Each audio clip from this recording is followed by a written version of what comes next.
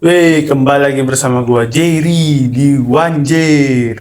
Wawasan Jerry. Nih, gua kembali lagi buat teman-teman ngasih tahu sesuatu yang penting berharga buat hidup kalian. Nih, yang mau kasih tahu nih, kembali lagi barang-barang yang ada di sekitar lu. Ini pasti paling dekat banget sama lu. Kalau nggak lu pakai, orang tua lu pakai, saudara lu, teman-teman lu, ini pasti sering banget deh lu temuin. Dan ini barang adalah barang yang sangat membantu hidup mereka. Tanpa mereka, dunia serasa buram. Dunia serasa, wah, tak ada indahnya. Hanya sebatas, ya, siluet belaka.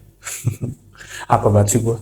Ya ini memang bener-bener barang. Gue kembali lagi mau ceritain ke barang yang bener-bener dibutuhin. Barang yang bener-bener deket, akrab, dan bersaudara lah sama kita. Nah, barang ini yang gue mau ceritain adalah glasses. Kalau glasses kaca ya, kacamata. Ini kacamata ini adalah kaca yang sangat penting buat hidup kita. Khususnya gue ya, sebagai penderita mata minus.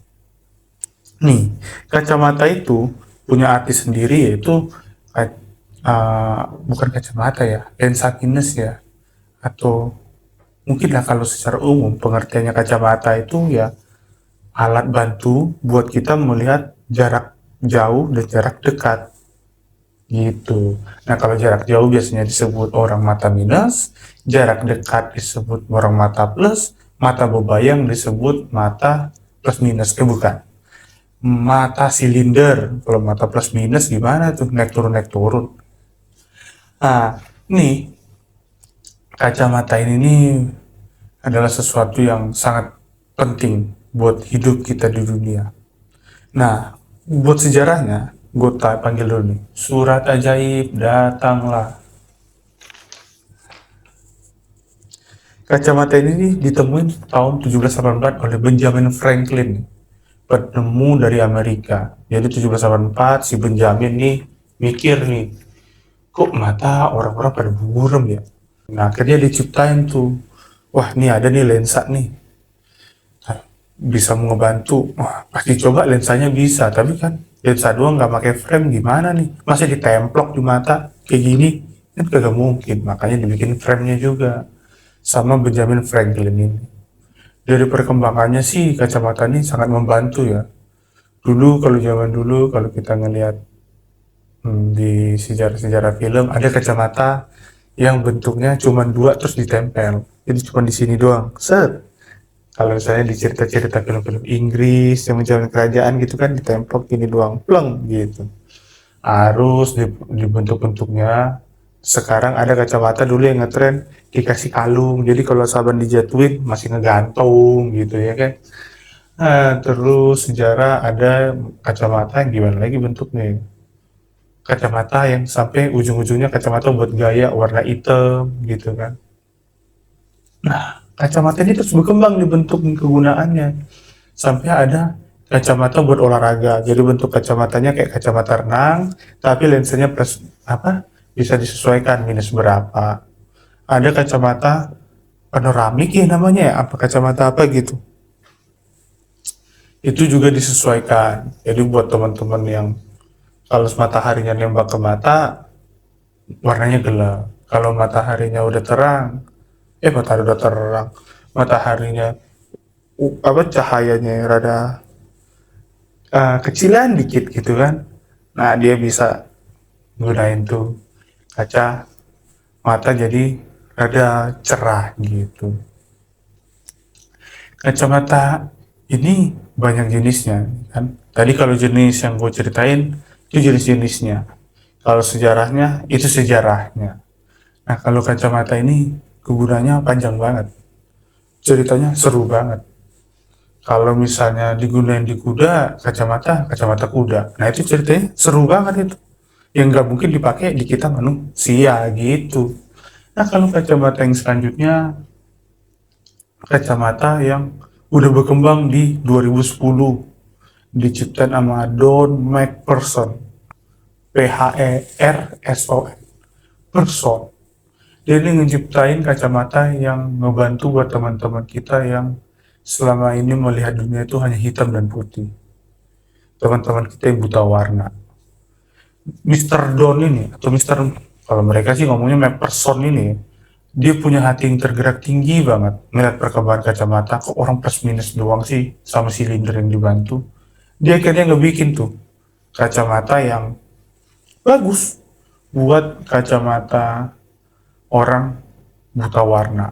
Jadi orang-orang buta warna yang sekarang yang takut dulu apa, wah gue nggak bisa ngeliat dunia dengan indah nih dengan warna-warninya, yang kalau diceritain wah itu warnanya ungu hanya sebatas cerita, dia pakai sekarang warnanya udah rame lah kayak kita yang orang-orang normal.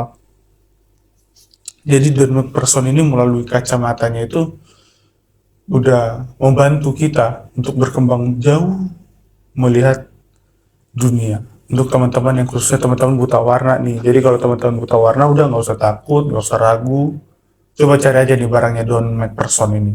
Gue yakin sih di Indonesia udah ada. Nah, gue baru keinget tentang kacamata.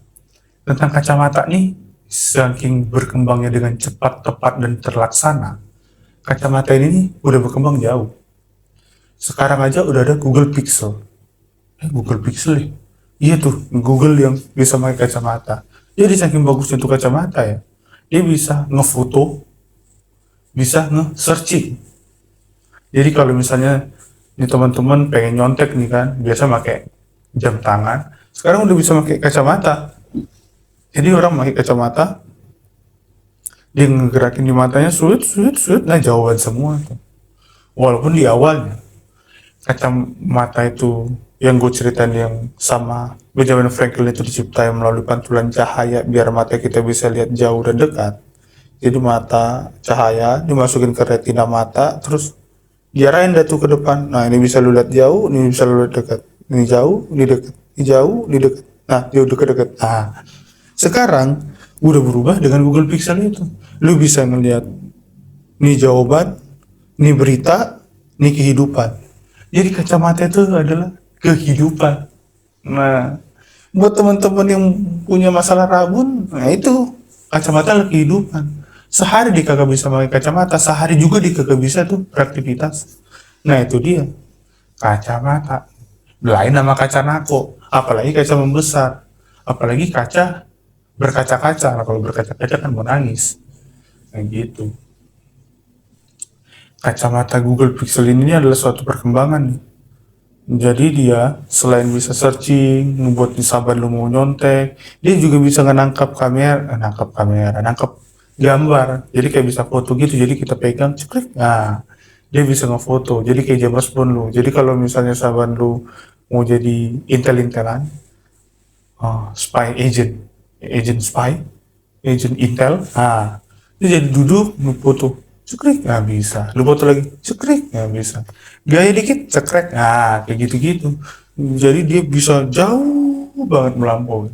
Mungkin di kemudian hari melalui kacamata, kita juga bisa bertelepon. Siapa yang tahu ya kan? Kita sekarang dulu aja nggak tahu kalau sekarang ada bisa video call. Sekarang kita bisa video call. Apalagi dengan kacamata itu. Nah itu buat teman-teman. Jadi gue mau ngejelasin buat teman-teman yang mata rabun, minus apa segala macam, pakailah kacamata, gak usah malu. Emang awalnya aneh, tapi mau bagaimana? Namanya mata, masa ya lu mau diemin? Kayak saya dulu nih, sekalian nih curhat dikit. Dulu saya malu awalnya pakai kacamata, tapi makin lama saya makin pede dan menjelaskan bahwa saya emang kacamata orangnya. Kalau nggak pakai kacamata, saya mau melihat apa? Dunia terasa hampa. Ya itulah hidup. Jadi teman-teman semuanya, pakailah kacamata yang mata minus dan gunakanlah kacamata kehidupan untuk melihat hidup dan muhasabah diri. Sekian dari saya yang belum selesai ini, saya mau omong hidup orang berkacamata, ya kan? Kalau misalnya nih teman-teman kemudian hari pengen ada sesuatu yang dibahas, dijelasin, mau diceritain atau tolong dong ceritain nih sejarahnya alat jus juicer atau sejarahnya jus jeruk, walaupun kagak ada, pasti saya bantu ceritain. Dan juga buat teman-teman yang saya cerita tentang kacamata ini, mohon maaf nih. Kalau misalnya masih datanya masih banyak yang kurang atau masih banyak hal apa, tolong deh di komen, di subscribe juga, diceritain. Jer ini loh. Nah, jadi kita bisa saling sharing di kolom komentar. Dan bantu kita buat kita makin sering cerita tentang sejarah-sejarah unik, fakta-fakta barang unik lainnya. Sekian dari gua, Jerry Simamora. Terima kasih.